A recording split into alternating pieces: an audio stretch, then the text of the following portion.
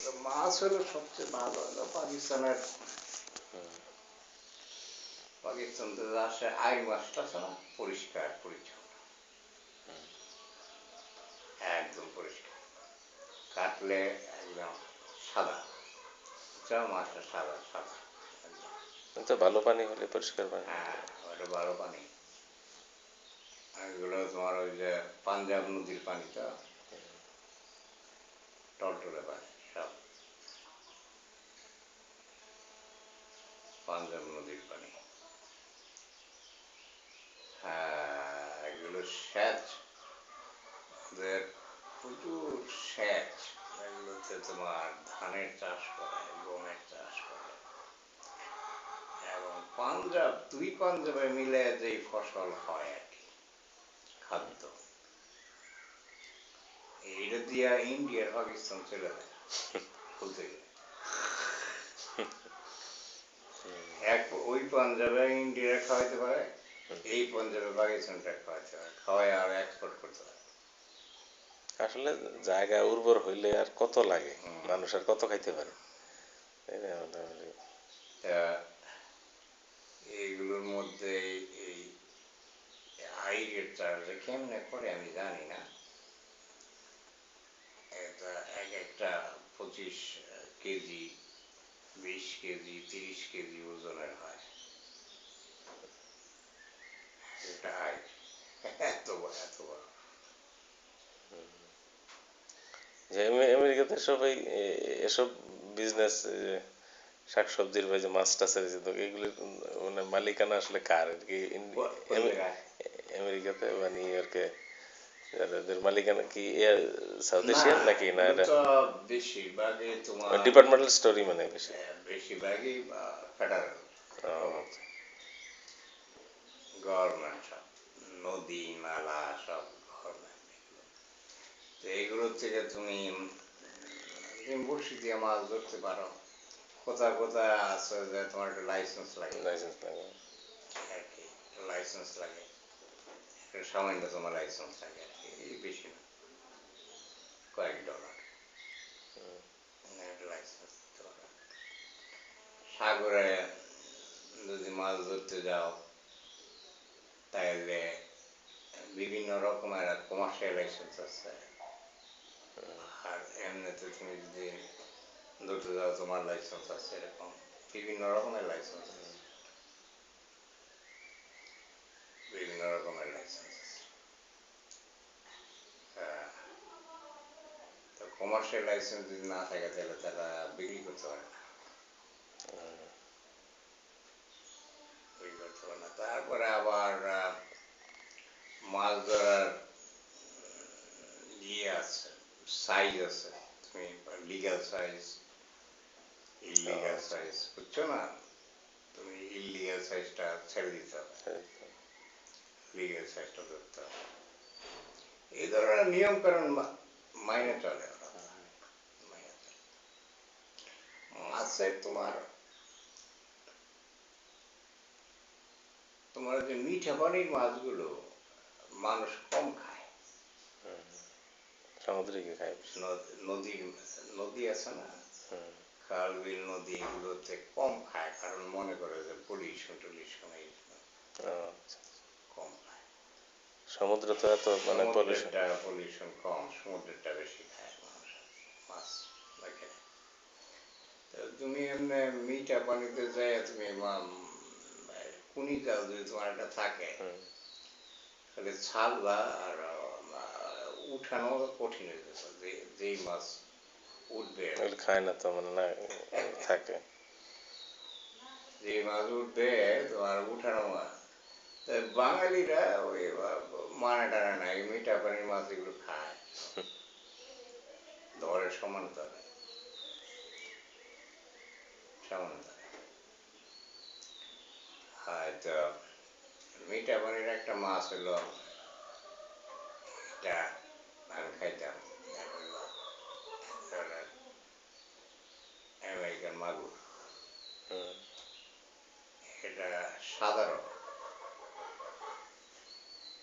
অনেকটা ওই যে ট্যাংরা মাছের মতো, বুঝছো, ট্যাংরা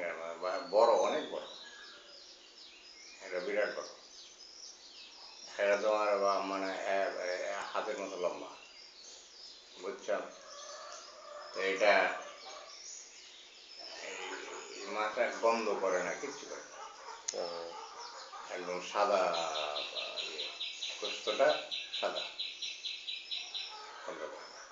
তো এইটা আমি পছন্দ করতাম, কিন্তু খাইতাম। এই মিঠা পনির এই মাছ এলো এইটা, আর মিঠা পনির আরেকটা মাছ তেলাপিয়া, এই বাজারে পাওয়া যায় এগুলো। আর সবই সাগরে, কিনতে গেলে সাগর। রূপচাঁদাও পাওয়া যায় সাগরে, রূপচাঁদা নেই। আর কিছু মাছ পাওয়া যায়,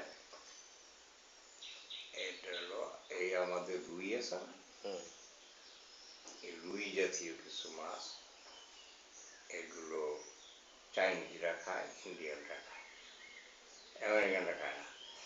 এগুলো বিরাট, এক একটা রুই ওই বিরাট, কানাডার পানির থেকে নাকি আসে। তা এগুলো এগুলো আমিও কিনি, রুই মাছ তো আপনার বুঝলো না, হুম। কিনে তাজা, একদম তাজা নিয়ে আসে। বা ই করে ওখানে চাইনিজরা জিয়ায় রাখে। জি, একটা হাউসের মতো করে যে এটা। হ্যাঁ, যে দেখায় দিবা তুমি, উঠে উঠে একটা কাইটা রেডি করে দিবে।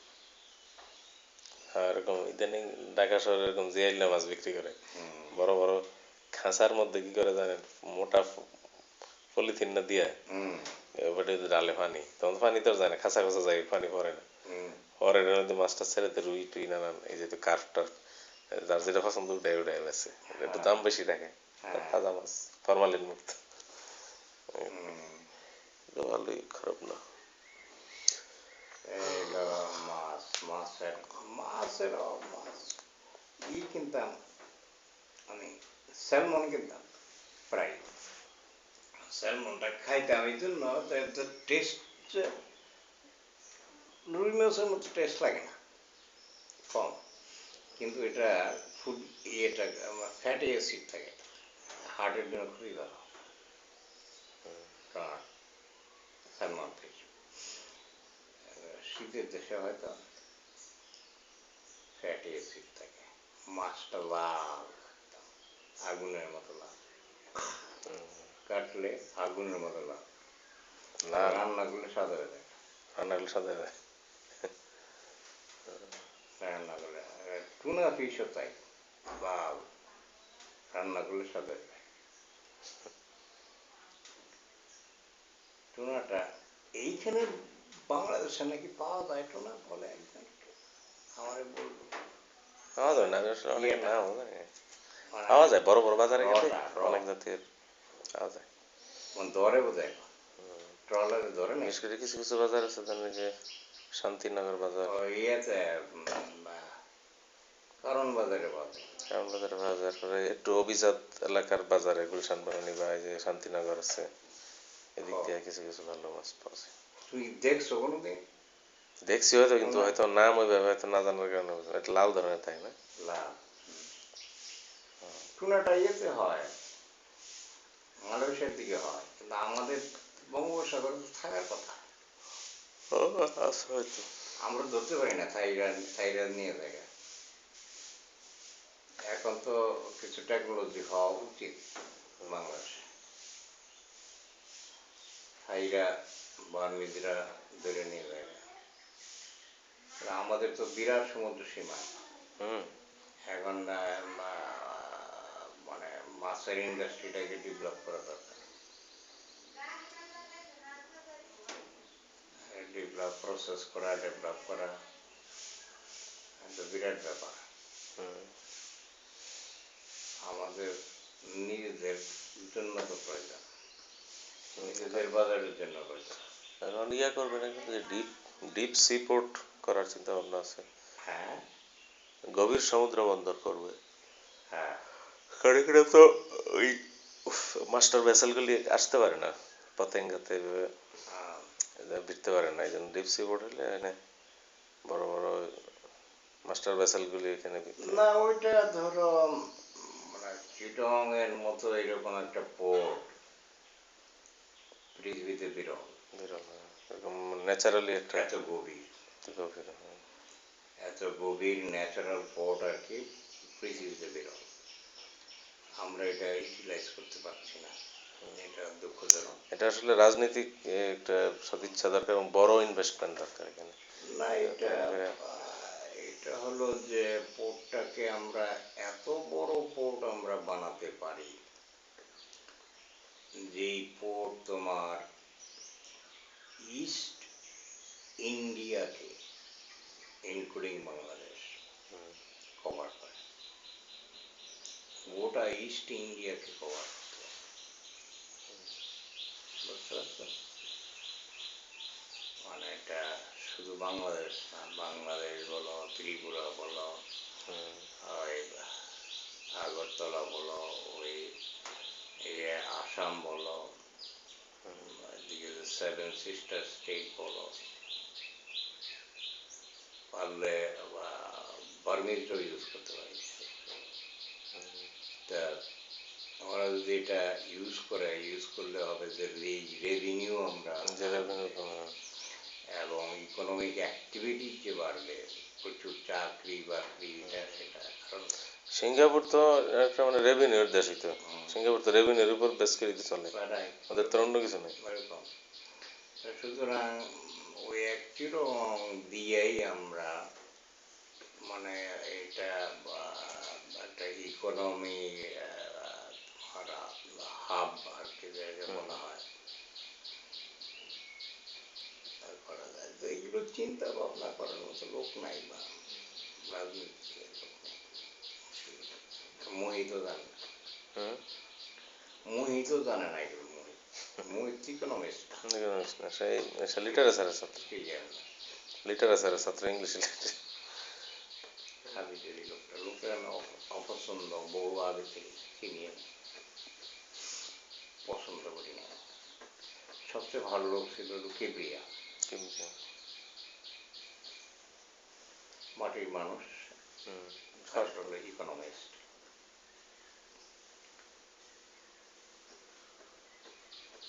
ভালো লোকটা। তা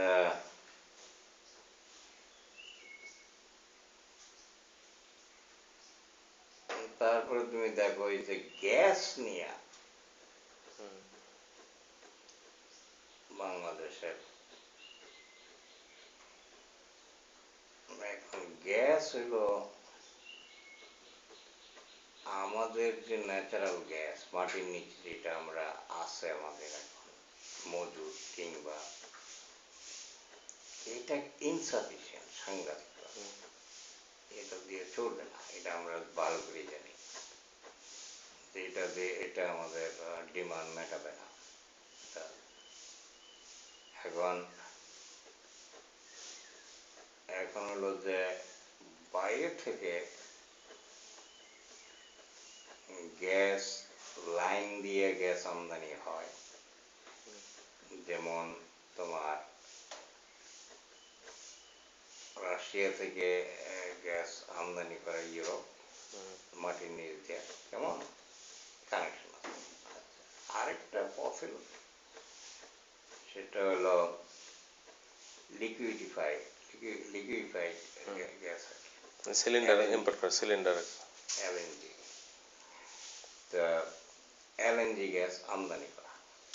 আচ্ছা, এখন এলএনজি গ্যাস আমদানি করতে হলে এলএনজি গ্যাস পাওয়া যায় ইরানে, এলএনজি গ্যাস পাওয়া যায় কাতারে, এলএনজি গ্যাস পাওয়া যায় ইন্দোনেশিয়ায় পাওয়া যায়, বিভিন্ন দেশ থেকে আমদানি করা যায়। এবং এটা আমেরিকায়ও এখন অ্যাভেলেবল হবে, আমেরিকা এক্সপোর্ট করবে কিছুদিন। এলএনজিটা তো এটা হচ্ছে মানে সিএনজি থেকে আরো মোর কম্প্রেসড নাকি? সিএনজি থেকে আরো কম্প্রেসড, মানে এটা কি যত কম প্রেসার দেওয়া হয় তত এটা মানে লিকুইফাইড হয় নাকি গ্যাসটা? এটা তুমি মানে যত কনসেন্ট্রেটেড হয় তো তত এটা লিকুইফাইড?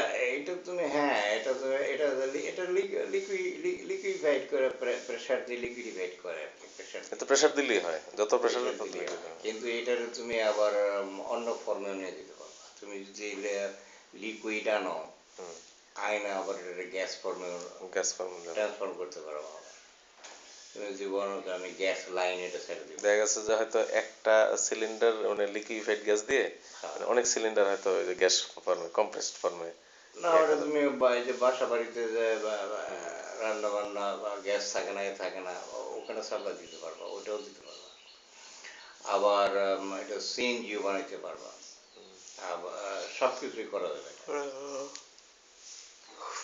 তা এইটার জন্য যেটা দরকার সেটা হলো একটা এলএনজি টার্মিনাল দরকার এলএনজি টার্মিনাল হইলে পরে তুমি সস্তা দামে তুমি এটা ইম্পোর্ট করতে পারো তুমি কম খরচে আমদানি হয় আর কি আর নাহলে এটার ওই সিলিন্ডার মিলিন্ডার এই কইরা করা হয় তোমার কন্টেনার থাকবে ইয়েতে হয় বা টার্মিনাল এই যে ইয়ার মতো আর কি, পেট্রোলিয়াম কে যেই বলে পেট্রোলিয়াম পোর্টে ডিপোর মতো। পোর্টে পোর্টে কন্টেনার থাকবে কন্টেনারের মধ্যে খালি জাহাজটা ভিড়াইয়া কন্টেনার লাগাই দিবা বইরে গেল বইরে গেলে ওই কন্টেনার থেকে তোমার লাইন থাকবে ওই লাইন দিয়ে তুমি বা সারা দেশে নিয়ে যাবা ওই কানেকশন নেটওয়ার্ক যেটা তোমার তো আছেই আছে খালি জাস্ট ওই নেটওয়ার্কে লাগাই কানেক্টিভিটি। দিলে তো এই জিনিসগুলো মানে করবে যে একটা টার্মিনাল বানাইলে একটা এককালীন খরচ হয় হয়তো কত টাকা কত যাইতেছে আসলে পরিকল্পনা সঠিক না হলে কত টাকা কত যাইতেছে একটা টার্মিনাল টার্মিনাল অনেক সময় যারা গ্যাস রপ্তানি করে তারাও বানায় দেয় বাকিতে বানায় দেয় বাকিতে বুঝছো বানানো আমরা উইল পে ইনস্টলমেন্ট বেসিসে আস্তে আস্তে পেয়ে বাই যাবো। ইনস্টলমেন্ট ওইটাও করা যায় নানাভাবে এগুলো করা যায় সাপ্লায়ার্স ক্রেডিট বেসিসে দিবে। তারপরে তো পলিটিক্স তো আছে পলিটিক্স পলিটিক্স ওই যে কুইক রেন্টাল অমুক টমুক এটা এগুলো কইরা কিছু লোক বড় লোক হয়েছে না কিছু না, এগুলো খুবই এক্সপেন্সিভ। কিছু লোক এগুলি বড়লোক করে হয়তো দেখা যাচ্ছে যে সাময়িকভাবে অভাব দূর হয় বা আপাত দৃষ্টিতে হয়তো জনগণের বোঝানো যায় না লোডশেডিং নাই, কিন্তু এর পিছনে তো বহুত হুম এক্সট্রা অপচয় হচ্ছে। পার্মানেন্ট সলিউশন অবশ্যই। এখন ওই যে তোমার গ্যাসের আমেরিকা এখন গ্যাস অ্যাবান্ডেন্ট প্রচুর গ্যাস আমেরিকা তার কারণ হলো তোমার বলছি কিনা জানি না এটা হলো ওই রক থেকে আচ্ছা। মাটির নিচে রক আছে ওই রকের ভিতরে গ্যাস মজুদ থাকে তো এটা পরে কি ওই যে হাইড্রোলিক প্রেশার দিয়া ফ্র্যাকচারিং বলে এটা আচ্ছা। ফ্র্যাকচারিং ফাটায় ফেলায় এটাকে পাথরটা রকটাকে ফাটায় ফেলায় ওইটা কি পাথরের ভিতরে কি যে লিকুইফাইড আকারে থাকে নাকি না গ্যাস? না গ্যাস গ্যাস থাকে। এটা একদম গ্যাস ন্যাচারাল গ্যাস তো এটা যখন তুমি এটা ফাটায় দেয় ইয়ে দিয়ে হাইড্রোলিক প্রেশার দিয়ে তখন গ্যাসগুলো বেরিয়ে আসে ওইটা কালেক্ট করে তো এরকম এই টেকনোলজিটা আগে জানতো না এখন তারা জানে যে কিভাবে এটা কালেক্ট করতে হয় এটা জানে কিন্তু এখন এটা তারা জানে কিন্তু এখন এই যে পানিটা যে তোমার মাটির নিচে চলে যায় যেটা দিয়ে প্রেশার দেওয়া হয় এবং সেখানে কিছু কেমিক্যালসও থাকে বুঝছো এখন যারা এনভায়রনমেন্টের লোক তারা বলে যে এটা হয় মানে এনভায়রনমেন্ট ফ্রেন্ডলি না এটা, হ্যাঁ এটা এটা হলো যে এনভায়রনমেন্ট মানে খাওয়ার পানিকে দূষিত করতে পারে। গাছ গাছালিকে দূষিত করবে, অমুক দূষিত করবে, পরিবেশ দূষিত করবে, সোজা কথা। এই নিয়ে এখন বিতর্ক চলতেছে। এই বিতর্কের অবসান হইলে পরে এক্সপোর্ট শুরু হয়ে যাবে। তো ওরা বিতর্কের অবসান মানে এটা হবে তখনই, যখন তারা এটার একটা পরিবেশের ব্যাপারে কোনো একটা সলিউশন বের করতে পারে। যে এইগুলো, এই যে হাইড্রোলিক প্রেশারটা যখন দেয়, তখন যে কেমিক্যাল বা পানি যেটা বা মাটির নিচে যায়, এটা রিকভার করতে পারলে হয়ে গেল, রিকভার করতে পারে। ওটা একটা ট্রিটমেন্ট করে রিসাইকেল করে যদি এটা হবে না, কিছু একটা করার চিন্তা ভাবনা করতেছে, চলতেছে, এটা বিতর্ক চলতেছে, আমি দেখেছি। এটা গবেষণার বিষয়, গবেষণা করে বিশেষজ্ঞ যদি বলে চলতেছে তো এগুলো। এখন বিতর্ক, আমেরিকা এটা নিয়ে বিতর্ক হইতেছে, কিন্তু এখন ওই যে রাশিয়াতে দেখবো যে রাশিয়াতে ইরাক আছে, ইরানেও আছে ইরাক, কেউ না কেউ উৎপাদন শুরু করে দেবে। ইয়েতে আছে, মিডল ইস্টও আছে,